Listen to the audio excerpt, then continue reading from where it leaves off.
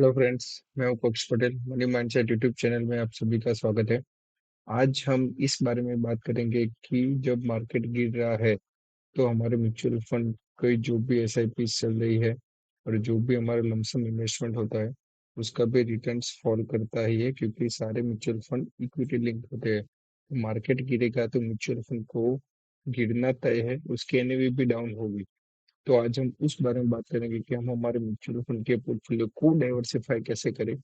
और एक चीज है जहाँ पे हम इन्वेस्ट करके वहां पे भी एसआईपी करके जब मार्केट गिर रहा है, मार्केट परफॉर्म नहीं कर रहा है, तब भी हमारा रिटर्न्स और हमारा पोर्टफोलियो एक लेवल्स पे बना रहे और वो उसको डिफेंड कर सके वीक मार्केट सिचुएशन में। तो आइए आज हम उस चीज के बारे में बात करेंगे कि म्यूचुअल फंड में भी डाइवर्सिफिकेशन कैसे करें। जनरली ऐसे होता है कि म्यूचुअल फंड में मिड कैप, स्मॉल कैप और लार्ज कैप, ये तीन मेजर कैटेगरी में सारे लोगों का इन्वेस्टमेंट रहता है, एसआईपी से रहती है। जब मार्केट परफॉर्म नहीं करता तो सबसे पहले मिड कैप और स्मॉल कैप है वो सबसे पहले गिरते हैं। वहां से लेके आपको म्यूचुअल फंड का पोर्टफोलियो भी गिरता है और वहीं पे हम देख के परेशान होते रहते हैं कि हमारा म्यूचुअल फंड पोर्टफोलियो भी गिर गया, तो ये इन्वेस्टमेंट बेकार है। तो हम आज इनसाइट्स पे बात करेंगे कि कौन से फंड्स है, किस कैटेगरी के फंड है जहाँ पे हम इन्वेस्ट कर सकते हैं, और हम फंड को एनालाइज कैसे करें। फंड के कौन कौन से क्राइटेरिया है जो मैं आपको आज डेटा के जरिए भी बताऊंगा। तो चलिए शुरू करते हैं। म्यूचुअल फंड में जनरली टॉप 30 म्यूचुअल फंड में large cap, small cap, mid cap, flexi cap, focus, satellite, small cap satellite, ELSS, aggressive, hybrid, short term, ये सारे म्यूचुअल फंड की अलग अलग कैटेगरीज है। आज मैं जो आपके लिए लेके आया हूँ वो multi cap, multi asset allocation fund है।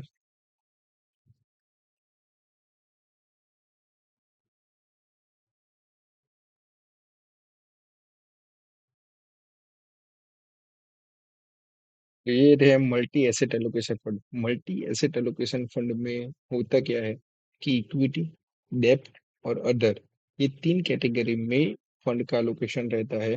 तो जनरली हम यहाँ पे स्कीम का रिटर्न देखेंगे तो 14.54% का रिटर्न है। कैटेगरी एवरेज 10.18% का रिटर्न है। हम रिटर्न्स की बात करें, मार्केट गिर रहा है पर इसका एक वीक, एक मंथ, 3 मंथ, 6 मंथ वाईटीडी सारे ग्रीन में है। तो ये चीज है जो आपको वीक मार्केट सिचुएशन में भी डिफेंड करेगा और आपके रिटर्न्स को स्टेबलाइज रखेगा। एक ईयर का रिटर्न 33% है और से 2 ईयर का क्यूमुलेटिव रिटर्न 53% है। मतलब ये म्यूचुअल फंड ऐसा है जो आपके पोर्टफोलियो को बैलेंस करेगा वीक मार्केट सिचुएशन में। तो मल्टी एसेट एलोकेशन फंड का कोई भी स्कीम ले लो, ये जस्ट एग्जांपल है। हमने निपॉन इंडिया का एग्जांपल लिया हुआ है, ऐसे डीएसपी ब्लैक रॉक का है, फिर एचडीएफसी का मल्टी एसेट एलोकेशन फंड है। तो वो मल्टी एसेट एलोकेशन फंड आपके पोर्टफोलियो में होगा। आपके पोर्टफोलियो में वीक मार्केट सिचुएशन में भी ये सस्टेन करने का और डिफेंड करने का काम करेगा। जैसे कि एसआईपी रिटर्न है, तो एसआईपी 1,000 की एसआईपी हमने 12 मई 2023 को स्टार्ट की होती तो अभी हमारा एब्सोल्यूट रिटर्न 16.92% और एनुअलाइज रिटर्न 32.69% होता। अभी हम बात करते हैं इसके पोर्टफोलियो की। तो ये म्यूचुअल फंड है जो मल्टी एसेट एलोकेशन फंड है।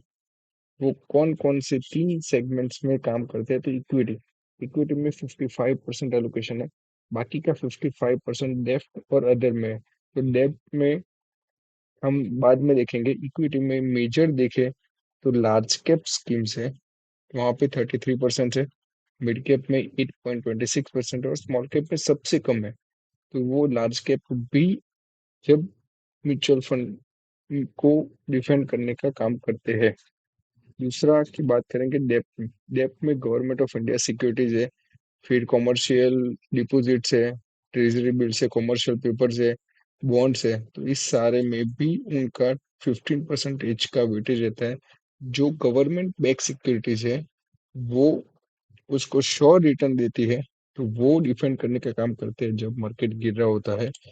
और अदर्स में ट्रैप्स करके है, फिर अलग अलग म्यूचुअल फंड के यूनिट्स है जो होल्ड करके ये लोग मार्केट को डिफेंड करते हैं, हमारे पोर्टफोलियो को डिफेंड करते हैं वीक मार्केट सिचुएशन में। तो ये एक चीज है। हम उसको एनालिसिस करें तो एनालिसिस में भी लो वॉलेटाइल है, बेटर रिस्क एडजस्टेड रिटर्न है, तो ये सारी चीजें निकल के आ रही है। हम आपने ये चीज नोटिस की, रिटर्न, तो ये रिटर्न अभी भी लाल नहीं हुए, जबकि मार्केट पिछले 3 महीने 4 महीने से कंटिन्यूस गिर रहा है। अभी हम कोई स्मॉल कैप फंड ले लेते हैं, जैसे कि निप्पॉन का स्मॉल कैप फंड को उठा के उसके रिटर्न्स को देखे।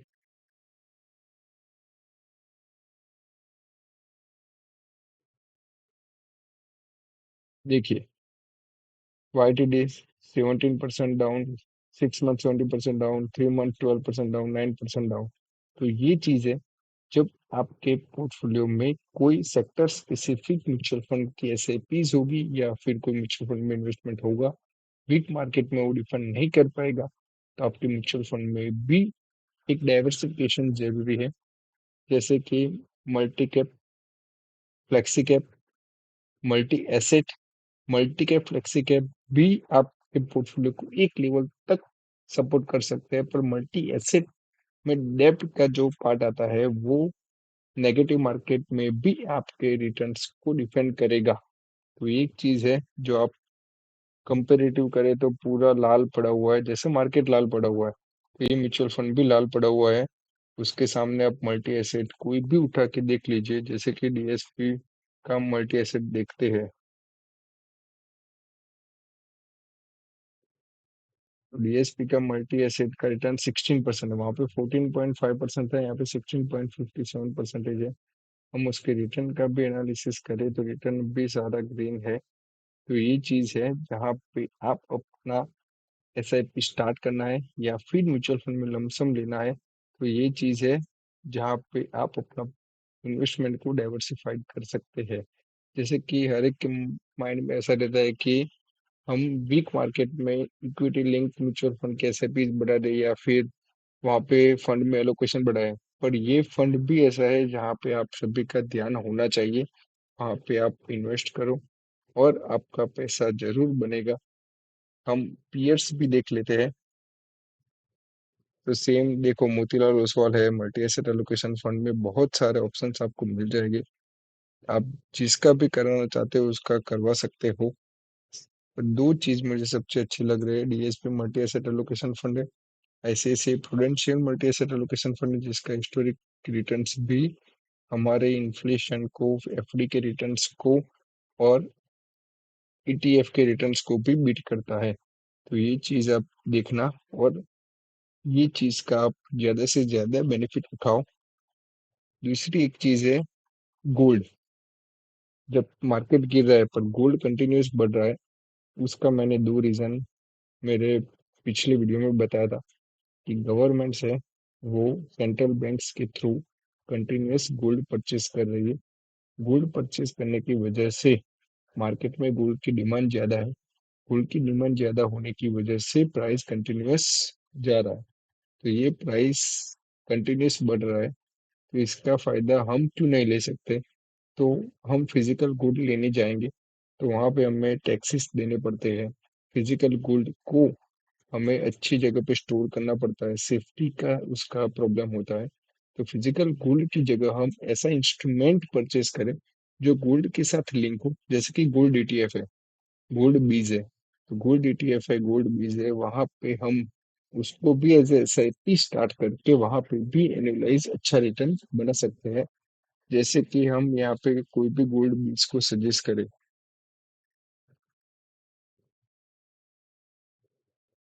गोल्ड बीज का हम रिटर्न देखें, तो गोल्ड बीज का रिटर्न हम कोविड के टाइम से गोल्ड बीज का रिटर्न निकालें तो ऑलमोस्ट 100% का रिटर्न है। और हुए कितने हैं, 5 साल। तो 5 साल में अपना पैसा डबल। तो ये एक सेफ इंस्ट्रूमेंट है, जहाँ पे मार्केट गिरे फिर भी अभी गोल्ड की डिमांड बढ़ रही है, तो गोल्ड के प्राइस आसमान छू रहे हैं। तो आप कोई भी अपने डिमेट अकाउंट से गोल्ड बीज को परचेज कर सकते हैं, वहां पे भी अपने पोर्टफोलियो इन्वेस्टमेंट को डाइवर्सिफाइड कर सकते हैं। ओनली इक्विटी इक्विटी इक्विटी पे हमें नहीं जाना है। ये डाइवर्सिफिकेशन भी जरूरी है, जैसे मैंने एसेट एलोकेशन फंड हो गया, गोल्ड बीज हो गया।